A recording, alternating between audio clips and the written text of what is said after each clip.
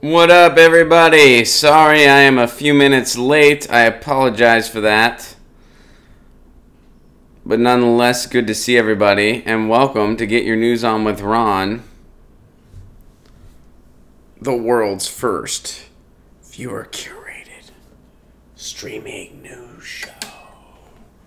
Sorry I'm a few minutes late. I do apologize for that.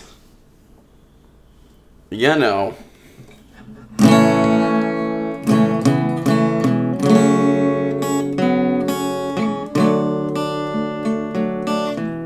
Thank you, Chris. Good morning to you as well. I decided it was time to wear a shirt with a cat astronaut on it because it's that kind of a day. Thank you, A. Mars. I appreciate it. I am sorry I'm a few minutes late. You know what it is? I did, so I recorded a segment for Crosstalk, the RT show with Peter Lavelle. Really fun show. I love doing it. I usually get to do it about once a month. And it records very early in the morning, my time. It records at 7 in the morning, Los Angeles time. So I did that this morning, and then I tried to go back to sleep, but I couldn't really go back to sleep. And anyway, it just threw me off, I guess. Like not threw me, like time-wise threw me off. So we had a fun conversation. And it made me think of my question for today. Thanks, JK. Hi, everybody. Graham's got a good MMT tutorial, Marsha. Cool. I will have to check that out. I actually need to talk to him on the phone today, so I could just ask him for a summary. What's up, Edwin? How are you? What's up, Rab Smith? Good to see ya. Howdy, howdy, Susan. Good to see you. Good to see everybody. It looks like we're itching our way to 30. For those of you that are new, the way it works here at Get Your News On with Ron, right now we're just kind of chatting. The conversation officially starts, the show, officially starts once we hit 30. What's up, Steve? Yes, Ron Falcone. Steve's referring to something I posted on Instagram at our Atlanta show. I was listed on the billboard as Ron Falcone, and it was kind of funny. Which, by the way, if anyone, thank you guys so much for coming out. We had such an amazing freaking time. We had 2 sold-out shows in Asheville and Louisville, and it was so cool. What's up, Daniel? The show at the Sycamore last night was a freaking blast, Crystal. Thank you for asking. Jimmy popped in and did a set. Steph did a set. Jimmy got a bunch of pizza for everybody. We had so much fun. We had a small but mighty crowd. It wasn't huge.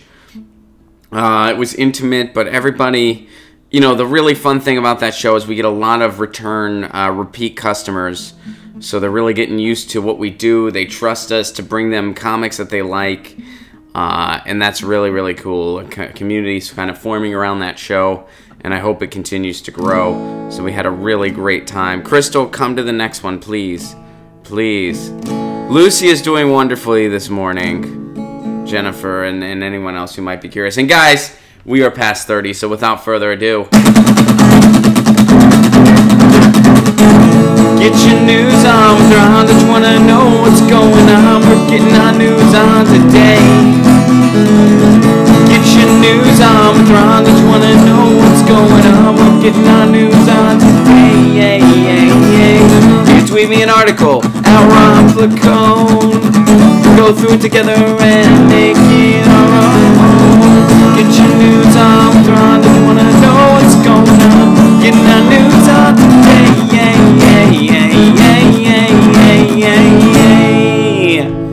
Welcome to Get Your News On with Ron, the world's first viewer-curated streaming news show. And excuse my unprofessionalism, but I forgot to hardwire in this morning, so I'm going to switch that over real quick. Hopefully it doesn't interrupt our stream. All right. Cool. Here we go. All right. And we're clean. All right. What's up, everybody? Welcome to Get Your News On with Ron, the world's first viewer-curated streaming news show. What does that mean? That means you guys tweet me articles at Ron Placone, and that's how we build this show. You guys are already sending stuff. We'll start out with the question, though. I have a question. So I was recently, I did a segment today on a show that I really enjoyed, doing called Crosstalk on RT with Peter Lavelle. And he brought up what the quote-unquote establishment left is doing. And one of the things I said in the question I was asked is I pointed out, because I feel like even though it's kind of annoying to split hairs over optics, I personally think it's important to point out that the establishment left is not a thing. That's in many ways an oxymoron. Like, the establishment left, there's nothing left about MSNBC. There's nothing left about the Democratic establishment. Soon there's going to be nothing left to the Democratic establishment. See what I did there with the play on words? So I think it's important we kind of take that verbiage away. They're not the people that are just wagging their finger saying, hey, we're not Trump, and we offer no ideas, but hey, we're not Trump, and if you don't get on board with us, you're the problem. There's nothing left about them. There's nothing progressive about them. There's nothing progressive about the Democratic establishment. There's been a few infiltrations, yes. Tuesday gave us something to smile about, yes. But that's not, this whole A-B dichotomy of, oh, well, the Republicans are bad, which the Republicans are. They're awful. But the Democrats are not a left alternative to the Republicans. They're just barely an alternative to the Republicans. In some ways, they're not an alternative to the Republicans. And by the way, you blue no matter who, folks. You know what blue no matter who gets us? Blue no matter who gets us Joe Donnelly. Blue no matter who gets us Joe Manchin. Blue no matter who gets us Claire McCaskill. Blue no matter who gets us the people that help Trump along the way, that help him with his military budget, that help him get his Supreme Court picks through. That's what blue no matter who gets you. Oh, and by the way, you know what else blue no matter who gave us? Hillary Clinton. The only candidate Trump was capable of beating. So I guess my question for the day is, establishment left, do we need to strip that term away? My answer is obviously a resounding yes. But I'll give you guys a few moments to weigh in. What do you guys think? Establishment left. Should we take it away? They're just the establishment. Even calling them the establishment center, I think, is too generous these days. I mean, in a lot of other countries, the Democrats wouldn't even be considered moderate. They'd be considered right-wing. And I think, I always say we have two parties, a fringe-right party and a center-right party. I think center-right is almost too generous for the Democrats these days. In fact, you know what? Screw that almost. It is too generous. Let me see what you guys are saying to the question. Let's see.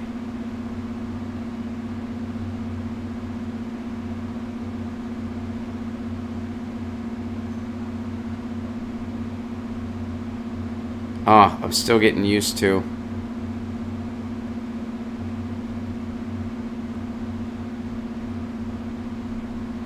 Democrats enable Republicans way more than everyone else. I agree. Very much so. Let's see. You keep attacking your allies. I don't know. I have a couple friends named Allie. I've never attacked any of them, so I don't know what you're talking about.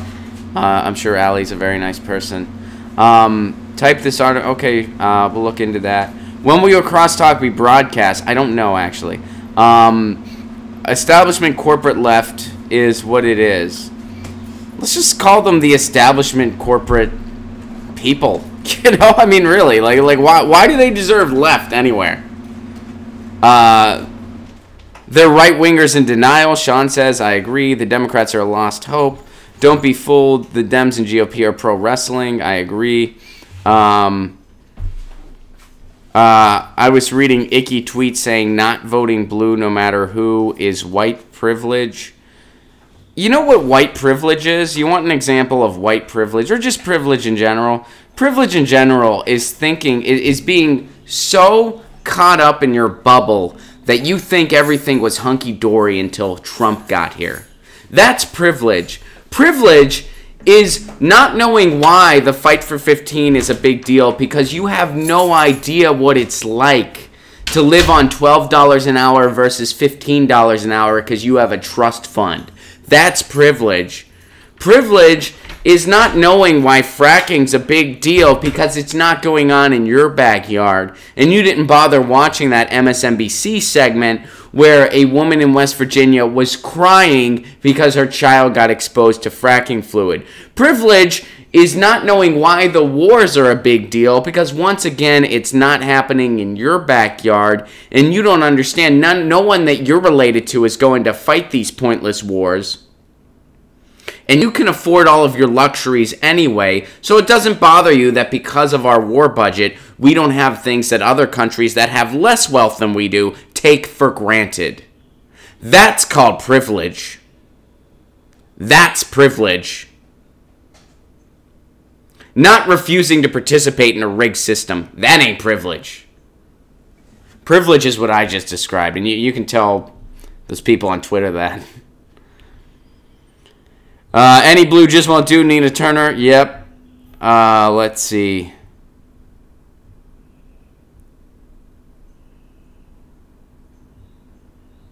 Alright, cool. Well, I guess we're kind of on the same side with this one. Well, let's go. Let's go to the tweets. And let's go to the Reddit. I know that sometimes I get a little neglectful on the Reddit, and I apologize for that. Oh, you guys have some interesting stuff, too. All right, we're going to go into, we'll start over on the Twitter, and then we're going to go to the Reddit. I want to get to some Reddits. All right, let's party, huh? Okay. I don't know why I did that. That was weird, but I did it. All right, this is from Edwin. Good morning, Edwin. Thank you for the article here on Get Your News On with Ron, because I have not seen the news today. Seeing all this for the first time. ICE protesters removed by federal officers. 8 were arrested. This is in Portland, Oregon. Got a pop-up. That's annoying. I don't want you in my inbox, KOIN. I don't want you in my inbox. Now you're going to reload all slow. Awesome. Cool. Now you're going to go to a different article on me. All right. The Department of Homeland Security officers clad in riot gear began removing protesters camped out at the ICE facility on Southwest Macadam, I don't know if I'm saying that right, Avenue early Thursday morning. The U.S. Attorney's Office said in a statement that at approximately 5:30 a.m. today, federal law enforcement officers initiated law enforcement action to reopen the federal facility. The officers arrived at the camp and formed a line to block the protesters. Other officers immediately began dismantling tents and placing items into a U-Haul. Some protesters were seen facing off with the officers, some screaming in their faces. The protesters have camped outside the ICE facility on Southwest Macadam, despite federal police delivering them written notices, both on Monday and Tuesday, that they'll be arrested if they don't vacate the property. While some left, the majority of campers refused to leave. And kudos to the people that are out there doing that. And Dave, you just sent the same thing. Dave and Edwin, you guys are great minds think alike here. I'm scrolling the Twitter line. You guys both sent me the exact same thing. And, you know, I have some friends in Los Angeles that are camping out right now that have been at the ICE camp for quite some time now. And, yeah, sometimes disrupting things on this level, that's the only way to get anything done. And I personally feel that this country is a lot like espresso. It's better without ice. End the clip there, Joe. End the clip on my goofy ice pun. All right. Thanks for sharing that. And David, thank you for sharing it as well. Okay. Wouldn't it be great for Ted Cruz to lose to a progressive, Sean says, and let's go ahead and retweet Sean's source material here.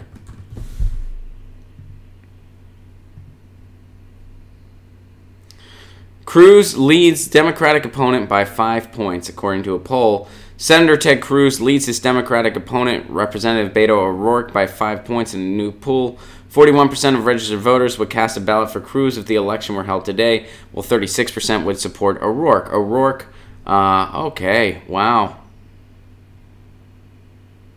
Wow, okay. I just got hijacked. I'm reading that article. Okay. All right, we're going to have to move on from that. Yeah, we're going to have to move on from that site. Let's try it one more time.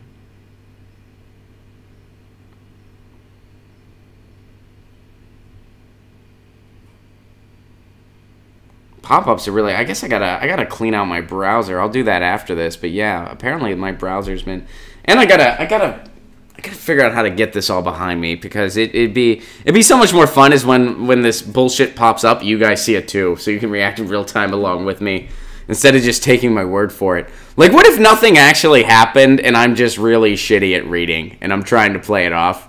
Like there was a word and I just like lost my place, and it said, I was like, oh, a pop-up happened, you guys. I'm so sorry, you guys. I was just reading like an adult does, and a pop-up just I don't know. And really, I just like lost my place. Patreon.com/Ron Placone.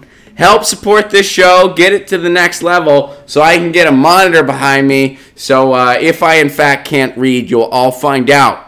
You'll all know if I can't read. That should be.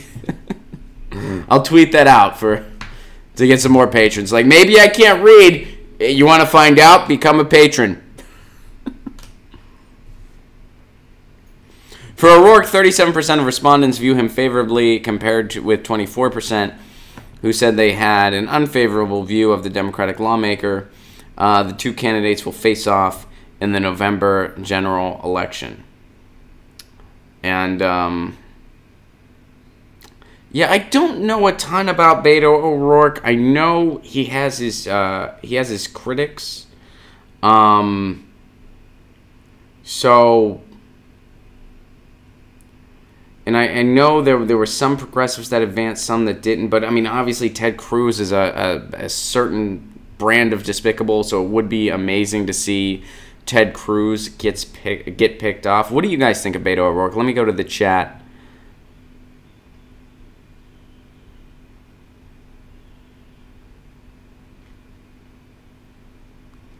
Get your illiteracy on with Ron. Hashtag Ron can't read. That would be funny if I just made up news stories. Get ad block. Yeah, I know. I'm on a Mac. I'm a Mac guy. Alright, some of you are saying Beto is probably like Kamala. Oh, and some of you did a callback. I like the fact that Ron doesn't stick his mic right next to his cheeky cheek. I do, in fact, have a cheeky cheek. It's a bit cheeky. Which, by the way, UK, I'm going to London in October. And if you want to see me out there, let me know. I'm trying to book some stuff. I'm not trying to do a ton because I'm going with my girlfriend. It's going to be mostly a vacation. But she told me I could do up to 4 shows. That was my allotment. So I'm going to do at least 3. You know, I'm going to be in London, I'm going to be in Dublin, and I'm going to be in Edinburgh. If any of you guys are in any of those places, you want to see a show happen, hit me up. I'm going to be there, yeah. I'm going to be there October, I believe 14th through 26th are the dates on that. But yeah, we'll see. I'm still learning about Beto O'Rourke. I've heard some things I like, some things I don't like. I'm still learning. I don't have a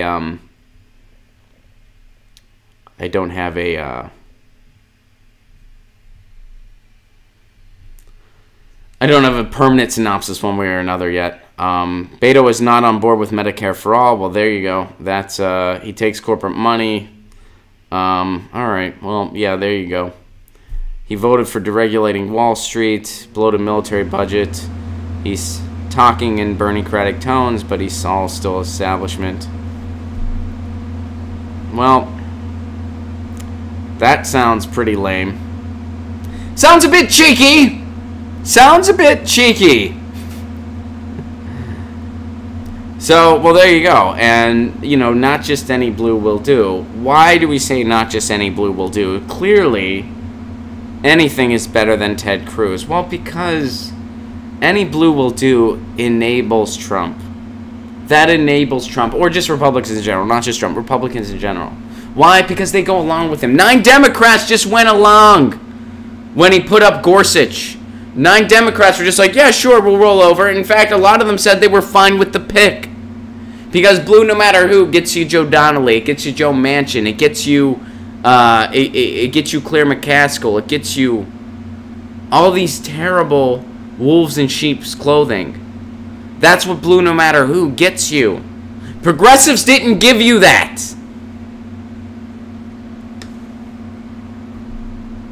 All right, so there you go.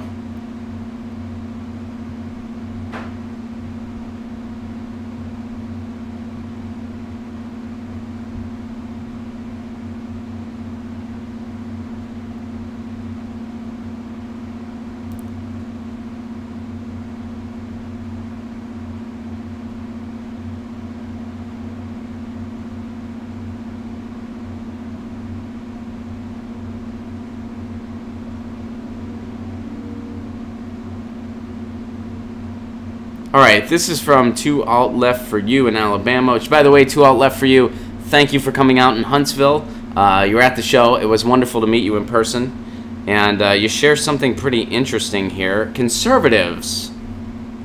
Are conservatives outlefting the Democratic establishment on healthcare now? Let's find out. You share something from the American Conservative. All right, so this is from the American Conservative. This article is from the American Conservative. The conservative case for universal health care. Why in 5 years the American right will embrace socialized medicine.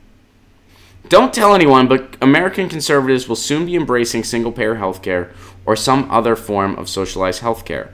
Yes, that's a bold claim. It's a bold claim. It is a bold claim, but it's so... The author of this article is right. For conservatives and GOP, that is a bold claim. But how bizarre is it we live in a world where that's a bold claim? It's a bold claim that a large portion of this country don't want to see people die in the streets or go bankrupt because they break their arm. It's a bold claim that anybody on the right would want to help anybody under any circumstance. It's a bold claim. You realize in other countries, healthcare is not a political issue. You realize in Canada, people that are considered conservative still favor universal healthcare. It's a no-brainer out there. In most other countries. You can even see a clip between Theresa May and Jeremy Corbyn. They're arguing over the NHS, the health system. But they're not arguing whether or not it's necessary. They're arguing over how much money it should get. And of course, the conservative wants to give less. Jeremy Corbyn wants to give more. But they're not arguing over whether or not it should exist. They're not arguing over whether there should be some type of universal safety net. Do they argue for some bells and whistles for the rich? Yes, they argue over that. Do they argue over the budget? Yes, they argue over that. But do they argue over whether or not it should exist? No. That's how far fringe and lunatic it is here in the United States. All right, anyway. That's a bold claim given the... All right, yeah. But within 5 years, plenty of Republicans will be loudly supporting or quietly assenting to universal Medicare. And that's a good thing because socializing healthcare is the only effective way to control costs and cover everyone. That seems very true. Why does socialized healthcare cost less? Getting rid of private insurers. Duh. This would result in huge savings. All right. So while it's commonly progressive to be for universal single-payer healthcare, there is no need for a trade-off. If we switch to a single-payer or another form of socialized medicine, we would actually have more money to spend on even more useless military hardware. The barrier to universal healthcare is not economic but political. So this conservative author, even though we certainly don't agree on everything, here's something to take note on. What's one thing we do agree on here, according to this article? We agree on the useless military budget. we agree that the economy of war is a disaster. That's one thing that people on the left and people on the right agree on. Who doesn't agree with that? The establishment. And it doesn't matter whether there's an R or a D next to their name.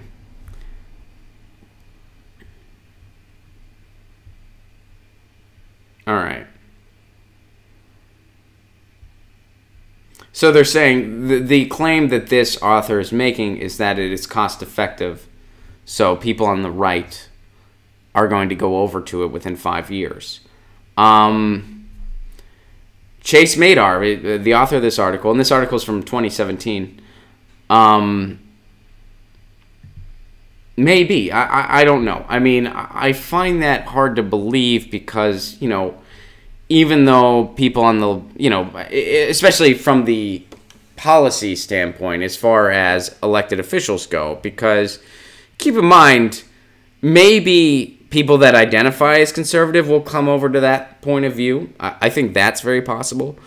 Republicans coming over to that point of view, I think that's a long shot. You know how Democrats are bought and sold by the insurance industry? So are Republicans.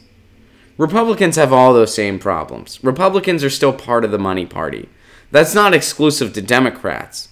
The reason it's so outrageous with Democrats is because Democrats are supposed to be the party of the working people. They're supposed to be that, and they're not. Republicans are supposed to be the party of the 1%. They make no qualms about it. They don't give a shit. So, getting back to this article, conservative people coming around to Medicare for all, I think there's a chance of that. I think there's definitely a good chance of that. But Republicans, I don't think so. I don't think so. I think that we're going to have to really fight for single payer, and it's going to take a complete overhaul and gutting of our current system. Because Democrats are looking to stop it and Republicans are looking to stop it. Do I think that in 5 years a lot of people that identify as conservatives could come around to the point of single payer? Absolutely. Because it's already happening. It's already happening. 60% of the country favors single payer. And you see Bernie Sanders going into red states and heartland areas to many conservative people, and they're applauding the idea of a single payer system. All right. Thank you for sharing that thought piece. That is still relevant, even though it was a little older. And we'll see.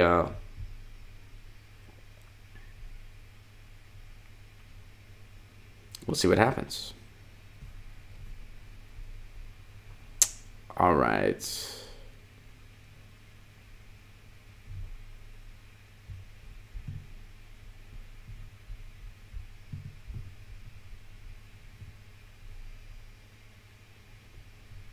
This is from David. And we're going to go to the jungle. Welcome to the jungle. We got fun and games.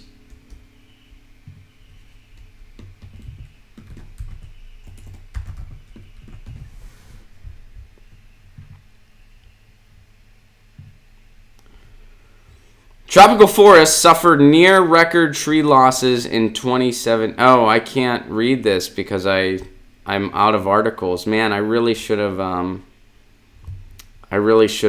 cleared out my browser before the show today. I really should have. So it's telling me that I've maxed out my free articles here on the New York Times. David, if you have something that's not from the New York Times, tweet that instead. Yeah. All right, we're going over to the Reddit. This is about charter schools, and the poster here, Feline Byline, thank you for posting this. Charter takeovers erode San Antonio's public school systems. All right, let's see what this is all about. So this is from the Rivard Report. Charter takeovers erode San Antonio's public school system. San Antonio Independent School District's narrative about charter school integration into the district radically simplifies reality in the service of private power. Superintendent Pedro Martinez says public schools and charter schools should work together. That never happens, though. In doing so, he seeks to transform a complex, deeply political discussion into a one-dimensional misrepresentation in which reform is presented as neutral, natural, and disconnected from social and economic developments taking place through the nation. School privatization is a hoax, and reformers aim to destroy public schools, says Diane Ravitch, research professor of education at New York University. Charter schools have less qualified teachers, higher teacher turnover, much higher suspension rate for students, especially children of color and those with disabilities, and they push out students with behavior issues and special education needs. With school privatization, reformers are backed by big money donors and corporations. Opponent includes San Antonio's Our Schools Coalition of community members, teachers, and parents, the Movement for Black Lives, the Network for Public Education, and the NAACP. It's big corporate money versus civil rights organizations, community groups, and teachers. Yeah, I mean, charter schools have become basically a corporate front. That's what charter schools are. Whether it was always intended that way, tough to say. You know, in the 90s, they may have had something different in mind. But regardless, it has since been hijacked, and maybe it was always set up that way in the first place. Charter schools completely thumb their nose at the idea of education being a public good, which is what you need for democracy to work, by the way. People love to forget about that. For democracy to work, you need a well-educated populace. We love to kind of skim by that. We love to, you know, when people talk about privatizing education, when they talk about crippling student loan debt, you could look back at them and say, you're being anti-democratic. Not Democratic Party, anti-democracy. So you got to say, do you like democracy? Yeah, I like democracy. Okay, well then, guess what? You should view education as a much-needed public good, regardless of class or economic background. You should view education as a public good. You like democracy? Education is a public good. You hate democracy? You want a dictatorship? You want, you know, a plutocracy, which is what we live in. You want a straight-up oligarchy? Also what we live in. Then you should hate education as a public good. So, and what point have we gotten to? We've gotten to the point where Betsy DeVos, the Secretary of Education, hates education and only goes to private schools when she's making her rounds. Talk about an insane wall of privilege. So I'm sure that what's going on in San Antonio is a very, very common story. And thank you, Feline Byline, for sharing that, for instance.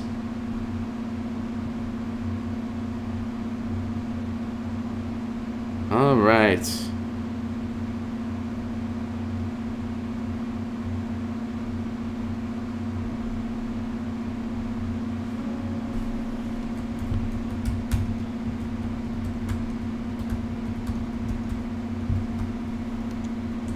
I'm going to try to find a replacement. Alright, so here we go. I found an article that I think is an applicable substitute for what David sent, and we'll do that instead. I'm going to tweet it right now. Alright.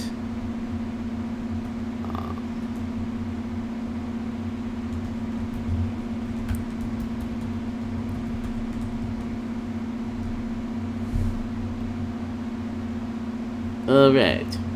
2017 was a really bad year for tropical rainforests.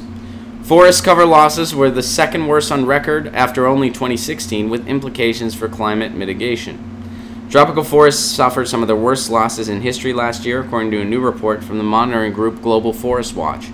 About 39 million acres, or 61,000 square miles, of forest cover disappeared in 2017, an area approximately the size of Bangladesh. That makes it the second worst year on record, topped only by losses in 2016. It's discouraging news for global climate mitigation efforts. Healthy tropical forests store vast amounts of carbon, while deforestation can release that carbon back into the atmosphere. Sounds like a hoax to me.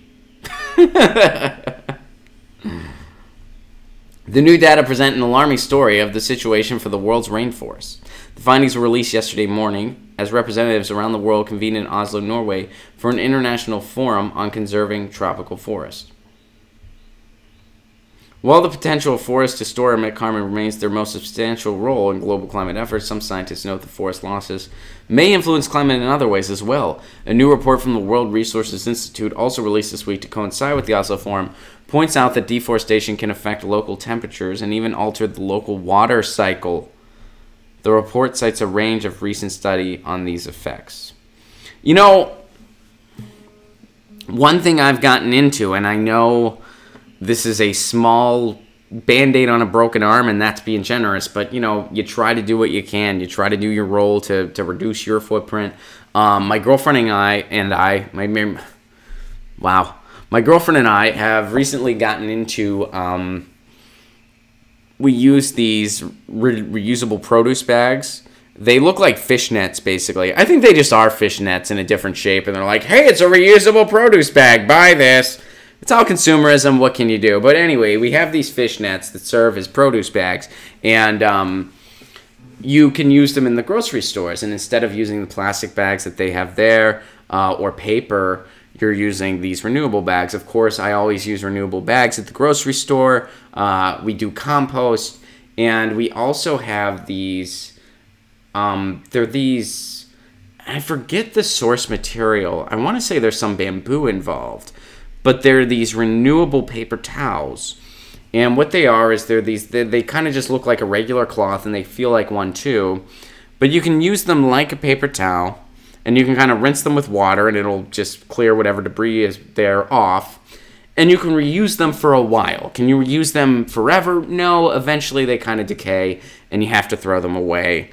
Otherwise, it's very unsanitary. But you can use them for a long time. You can get a box of them for, I think, about $9.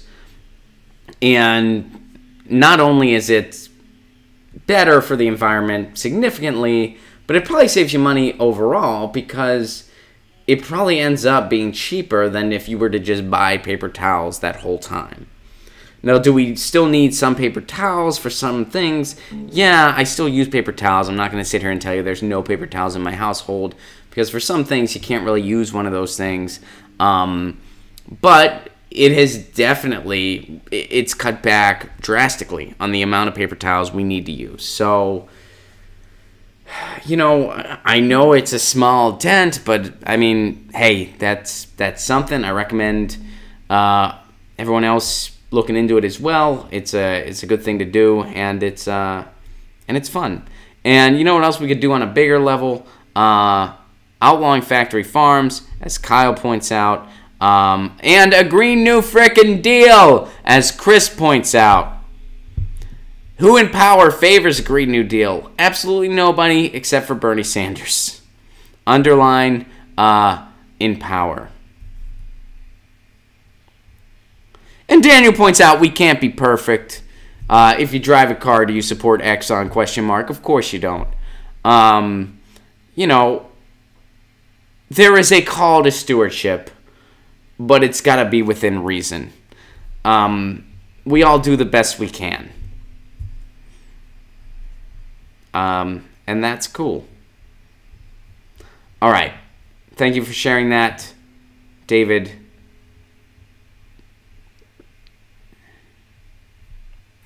And let's see what else we got here. I skipped over a few things. I apologize for that. And we still have time for a few more. If you haven't tweeted an article yet, please do so. Here is some... All right, well, this is another thing that we already went through. Some of you guys all tweeted the same thing about Portland.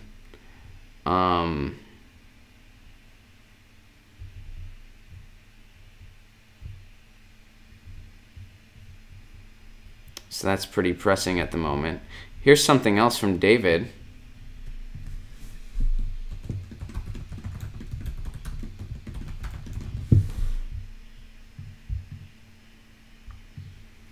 A Texas sheriff deputy charged for child abuse after allegedly blackmailing undocumented mother with deportation. God. Okay, what's going on here? A Texas sheriff's deputy has been accused of sexually assaulting an undocumented immigrant's child and blackmailing the mother with potential deportation to keep her quiet about the attacks. How disgusting is that?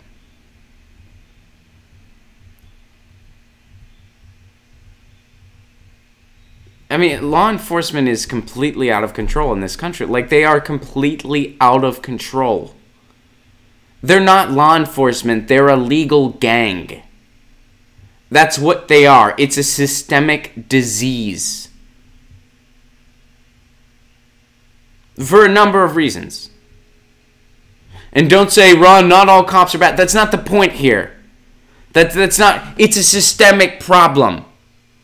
You don't try to solve a systemic problem by saying, well, there's some good apples. No, if there's an E. coli outbreak, you don't save some of the lettuce that's still okay. You recognize a systemic problem for what it is, and you try to instill a systemic solution to that systemic problem.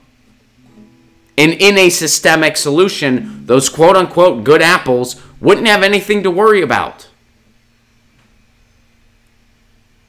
You see stuff like this happening.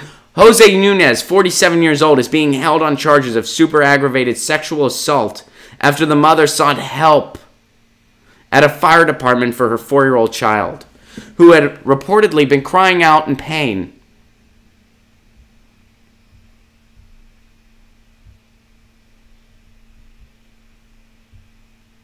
The felony charge filed against Mr. Nunez carries with it a minimum sentence of 25 years in prison.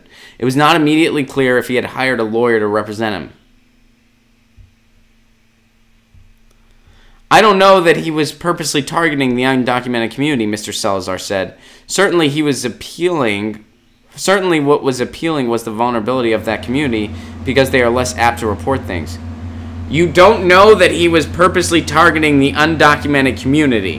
He sexually assaulted a 4-year-old and then blackmailed the mom by threatening her with deportation. You don't think that's purposely targeting the undocumented community? I'm interested in hearing those mental gymnastics, Mr. Salazar.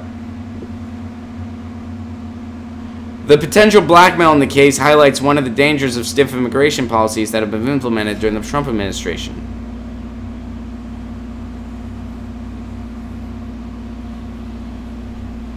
So in response to the charges, the Refugee and Immigration Center for Education and Legal Services tweeted, blaming Texas Governor Greg Abbott and the anti-immigration policies passed by his government for your violent racist rhetoric has terrified people into not seeking help when they need it. So they're absolutely right, first of all. Let me just say that. They're 110% right. Our anti-immigration policies are to blame, absolutely. But you know what else is to blame? The fact that there is somebody with a badge and a gun that is sexually assaulting children. That is also to blame. It's not, well, if we had nicer immigration policies, he wouldn't have sexually assaulted that child because he would have been more worried he couldn't blackmail the mom. Do you hear yourself? Yes, these immigration policies are disgusting. Yes, this racist rhetoric is disgusting. Yes, it is to blame. But let's not lose sight of the bigger blame here. The disease in our law enforcement. And the fact that this pedophile assaulter has a badge and a gun.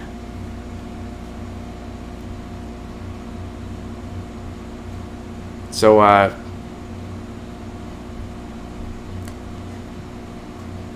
mean, that's just so brutal. Ugh. I mean, what else can you say? I mean, that's just disgusting. And when you hear stories like that, it's just disgusting to such a degree. Jordan tweeted this.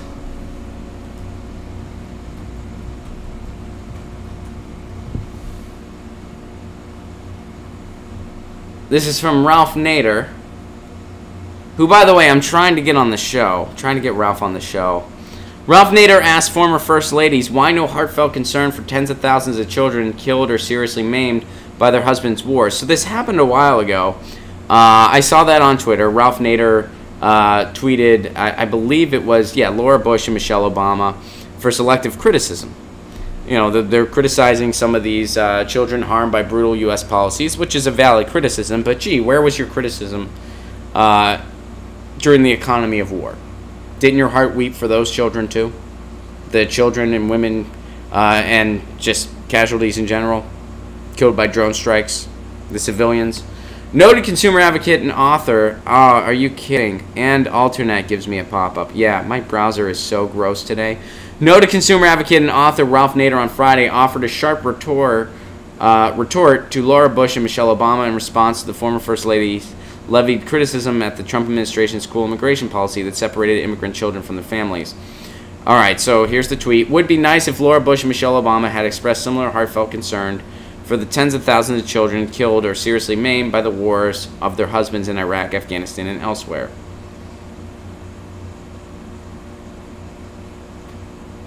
So, did any of them get back to him? That's my... No, no one got back to him, at least according to this article. Michelle Obama didn't respond. Neither did Laura Bush. They didn't respond. Yeah, Michelle Obama retweeted Laura Bush saying, sometimes truth transcends party. And I retweeted that and I said, you're absolutely right. Truth does transcend party in the fact that neither party is capable of telling it. That's how truth transcends party. It was smoother when I did it on Twitter. Sometimes typing is smoother than verbal. Right? My coffee mug has Kurt Vonnegut on it. So good for Ralph Nader calling out the war machine. Because those in power don't.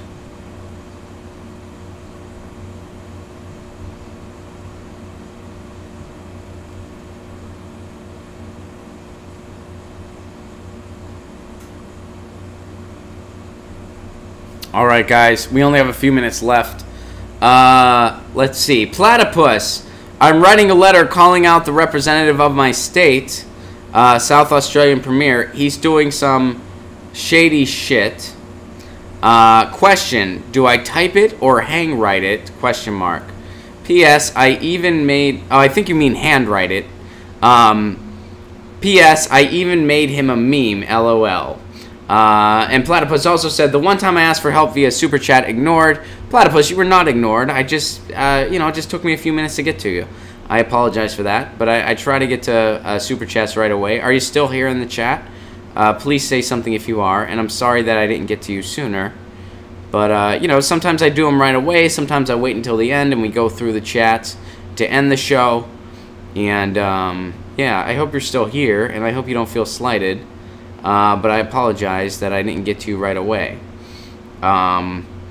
So I'll answer anyway. Hopefully, if you're not still here, you'll see this later. I would say type it, and that's me. My handwriting sucks ass. I have the shittiest handwriting that I have ever seen. Sometimes I can't read it. I don't handwrite my jokes for that reason. I've never handwrote my jokes. In the entire time I've been doing comedy. What I will handwrite are my set lists, and they look like shit, and sometimes I can't even read them. Oh, good, Platypus, you're still here. All right, thank you for forgiving me. I appreciate it. And Pasta does help me out in the chat. He helps out the best he can. But, sometimes I put it to the side to get to it all at the end, But Platypus, I recommend typing it unless you have really freaking good handwriting. Now, Hobo Roadie points out, handwriting is more personal. Garden Gnome points out, welcome to the Monkey House. I need to read that freaking book so bad. I've not read... Man Without a Country is freaking beautiful. Kurt Vonnegut, Man Without a Country, freaking beautiful. But... I need to read Monkey House. Yeah. Keep reminding me, Garden Gnome. Just say something in the chat every time you're here. And don't be afraid to take your gloves off. Shame me for it. Really, because I deserve it. I do. I have this mug. And I've not read Monkey House. And, I feel like until I read it, I shouldn't be allowed to drink out of this mug. I'm not going to follow that rule, because this is my favorite mug. And, sorry. But I should. So, Platypus, unless your handwriting is really groovy, type it. But if your handwriting is really groovy, totally freaking handwrite it. And yes, I just used the word groovy to describe handwriting. All right, let me get to some chats here, and then we're going to end the party that way. Mic drop moment by Nader. Right on. I'm a white mom in rural Virginia. I'm afraid to interact with the cops. I've been thrown on the ground and held off to jail over asserting my constitutional rights. I'm really sorry to hear that, and yeah, unfortunately, that's not an uncommon story, and I'm sure a lot of that's happening right now to people that are at the ICE camps. It's certainly happening in Portland, and I know it's probably happening in other parts of the country as well. Goldilocks also points out, at least it's not a Reese's mug, which is a beautiful callback. Shout out to that awesome callback. For anyone that didn't catch that, that is a callback to Ajit Pai, the corporate stooge that stripped net neutrality away from us. And Ajit Pai, there's a famous photo of him with a big Reese's mug. It looks really stupid, as he does whenever he opens his dumb mouth. That guy is such a lackey stooge. He is such a corporate stooge, and then he tries to come off as hip by making fun of spinners. Like, you are so pathetic. That guy is so... I'd love to have him on the show to confront him about his corruption. I don't think you need to read everything an author has written in order to be a real fan. I agree with you, Zero Divisor. But Monkey House, that's one of the ones that's constantly put on a pedestal, and deservedly so. So I should read it. Now, does that mean, am I saying that anyone else who has also not read it doesn't want to, like, isn't a curve? Of course I'm not saying that. I'm not being a snob about this. This is about me... this is about me feeling like I'm inadequate. Cat's Cradle is great. Yes, I have read that. And, yes, I am a Hoosier. Not by birth. I'm not from Indiana, but I went to Indiana University. So I think that qualifies as being a Hoosier if you attended school there. And at Indiana University, fun thing about Vonnegut, then we'll get off the topic, respond to a few more before we get out of here. At Indiana University, there's this amazing exhibit in the Lilly Library. You actually have to sign in to have access to it. But it has, it's this big collection of a bunch of handwritten letters from Kurt Vonnegut. And it's just these handwritten things he wrote. Some of it's typed, but a lot of it's handwritten. Platypus, Kurt Vonnegut had neat handwriting. If I had Kurt Vonnegut's handwriting, I would handwrite more. I don't. My handwriting is garbage. Sometimes it shows. I have these cards that I pass out, like just my website and stuff. And if people want me to sign them, of course I will. And sometimes people will have a discussion, and people will be like, "Oh, write down that band, or write down that book, or write down whatever." And I'll write it down for them, and I'll be like, "Yeah, check it out." And then I'll be like, "They probably can't read that." Later they'll be like, "I have no idea what the hell this guy wrote. I think it's a band or a book or something. I'm going to have to tweet him because I have no idea how to read this. His handwriting sucks." Crystal, thank you for the Super Chat contribution. Started reading It Can't Happen Here by Sinclair Lewis, and I highly recommend it. Spoiler alert, it can happen here, and it already is. Ooh, I like it. Edwin points out, Nigel Santiago is Ajit Pai Jr. Yes, he is. And I would argue Nigel's even worse because he disguised as a progressive. He fooled us all. He fooled us. He's a wolf in sheep's clothing. By the way, this is why we say any blue just won't do. Because of people like Nigel Santiago. Because of wolves in sheep's clothing like that guy. By the way, Nigel Santiago, another person, really want to have him on the show. Really wanted to confront him on this nonsense. Guys, we are completely out of time. You asked about some shows coming up. We are working on some shows. Pittsburgh, Pennsylvania, November 23rd. Any Pittsburgh friends, I will be there November 23rd. You can get tickets at romplacone.com. Romplacone.com. You can get tickets to that show on November 23rd. Also, Graham Elwood and I are working on Northern California. That's where we're going to go next. We're also going to be going to Hawaii and Florida coming up in the next year. Jordan, Detroit. I really want to get to Detroit. You know I love Detroit. We've been talking about Detroit on the show a bunch. I don't have any solid Midwest plans yet, but I am working on them. In November, Detroit's not that far from Pittsburgh, but November, I'm coming. I'm going home for the holidays to see my family, so I'm not really going to be doing any other shows. I'm just going to be doing the Pittsburgh show on Black Friday. That's probably going to be it. Maybe I'll do one or two others, but it would be like closer, like maybe Harrisburg or something. Dwayne, Orlando, and Miami is going to be on the Florida run. Yes.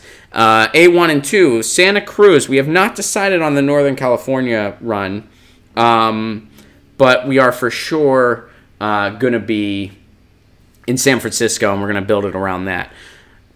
G. Gibson, I will see you this weekend in Portland, Oregon with the Jimmy Dore Show. If you got tickets to that, I'll be with the Jimmy Dore Show both nights. Both shows are sold out.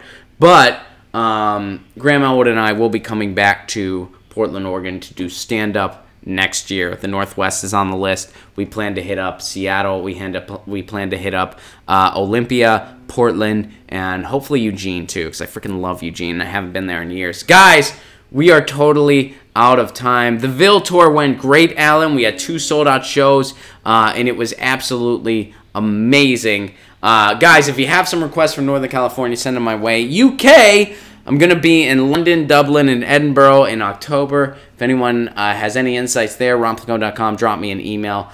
Guys, I love you all very much. ronplacone.com for all the latest tour dates. Patreon.com/ronplacone. If you are so able, for a give what you can level, you can help support this show, help get my tech better, help me get a thing behind me.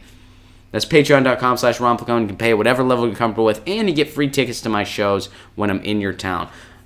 There is an astronaut cat on my shirt because it's an astronaut cat kind of day. I love you all very much. Thanks for being here. I will be back tomorrow, guys. I will be back tomorrow at 10 a.m. Pacific Standard Time. I'll see you then. This has been Get Your News On with Ron, the world's first viewer-curated streaming news show. See you.